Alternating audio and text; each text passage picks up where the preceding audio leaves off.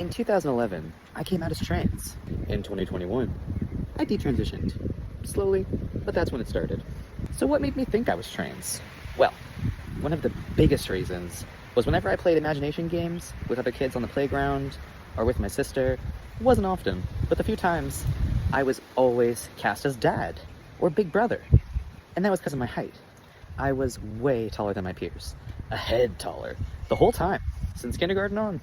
I never really felt like I could connect with my peers, and they identified that. So I got to be dad in the house, or big brother if there was an actual boy playing with us. But I found it easier to play the boy. There were less expectations, I could goof off, and I loved being silly. It was my dream to be the class clown. I wasn't brave enough, but it was my dream. Another reason was I found it easier to have relationships with girls. And that's not a reason to be trans, but for me it was, because I didn't think a guy would want to be with me. I went to school with a lot of Italian boys. Italian boys tend to be on the shorter side, and the ones around me didn't want to be with a girl that was taller than them. It was emasculating. So I wanted to be with a guy if it made them feel bad about themselves.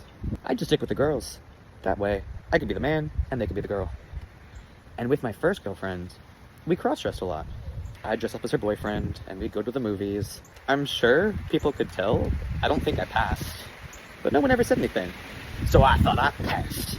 But the real main thing was the lack of connection with my peers. I thought, if I can't connect with girls, there's only one other option. That's to be a man. You see, I didn't have the representation of autistic women. I think if I had, it would have been different. But at the time, all I had was Lily from Hannah Montana.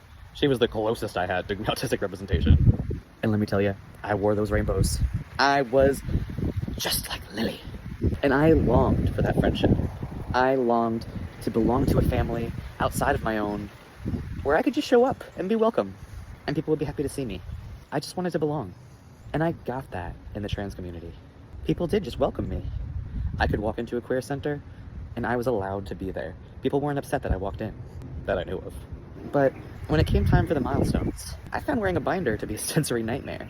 So sweaty. I wore the Underworks 997 because I got a chest that's difficult to flatten. And that tank top,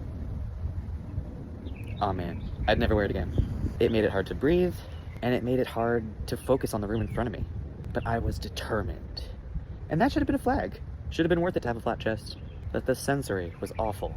But I still wore it every day, because I was supposed to. And when it came time to tell people why I chose my name, letting them know I chose it in a day always surprised them. So I don't know if that should have been a flag. I don't know what's normal about choosing a name.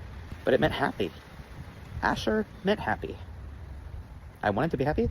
I wanted to be a man. Asher was both. And this was 2011. It was like, not a very popular name. That would change. See, when I came out as trans, all the guys were called Aiden. Aiden spelt in every single way. It was the Michaela of men. I wonder if people will get that joke. And then, the time I knew I wasn't trans, but I felt like I was too far gone to change my mind, was when I had my consultation for top surgery. And that man just objectively, callously picked apart everything wrong with me and filmed it. It was like he was excited at the challenge of how big my chest was. I have macromastia, and I think he let his excitement get in the way, and it made me very uncomfortable. And I never went back. I never scheduled the surgery. I just kept thinking, what if I do end up pregnant? What if I want to breastfeed? And that wasn't thoughts that I thought a trans guy should be having. And I started to see myself differently. And then the pandemic happened, and I just never got around to it. It wasn't long before I completely detransitioned, but I've gotten this question a few times. What were some ways that misled me? What were some ways that brought me back? But what I want to share, most of all, is I don't regret my time as trans. I learned a lot about myself. Any self-exploration anyone does is worth the time. You learn something about yourself, and that matters.